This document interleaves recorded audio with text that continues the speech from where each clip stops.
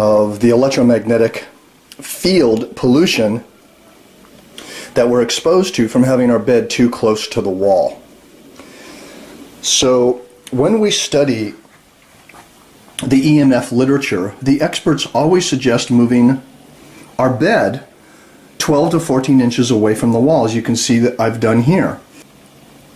But there's a reason why the experts tell us to move our beds away from the wall. Now when we look at this wall, it doesn't look very dangerous, does it? It just looks like sheetrock or plaster painted over, and there's no outlets or anything here.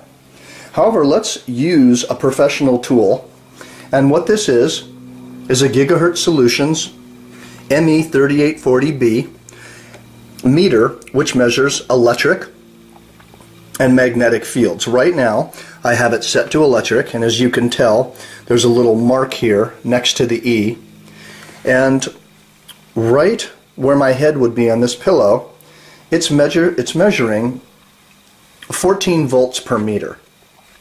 And here's where I keep my little notes on the meter. Notice that 10 to 20 volts per meter is highly precautionary, and we should sleep in less than 5 volts per meter. And again, looks like the readings here are about 30 volts per meter. Now watch what happens when I go closer to the wall.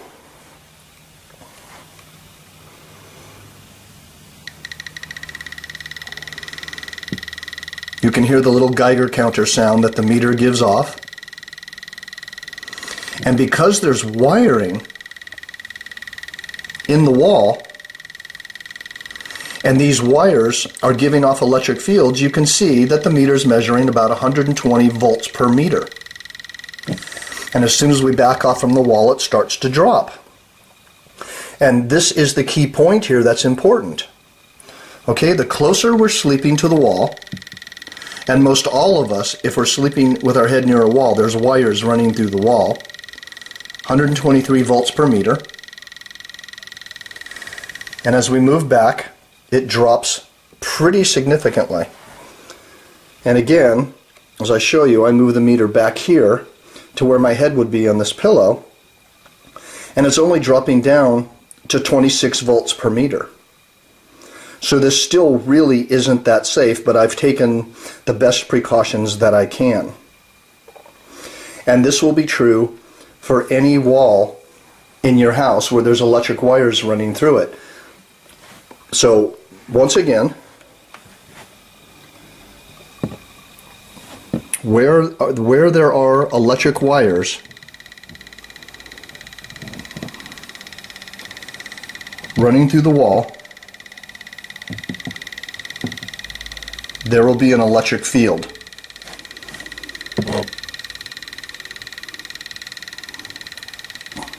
And you can trace the wires using a meter like this. You can see just about where they are by how high the reading is. So once again, best thing is move your bed 12 to 14 inches away from the wall, or better yet, have your bed in the middle of the room, or at least just be aware and be conscious of the fact that walls are emanating electrical fields. And once again, it's suggested to sleep in less than 5 volts per meter.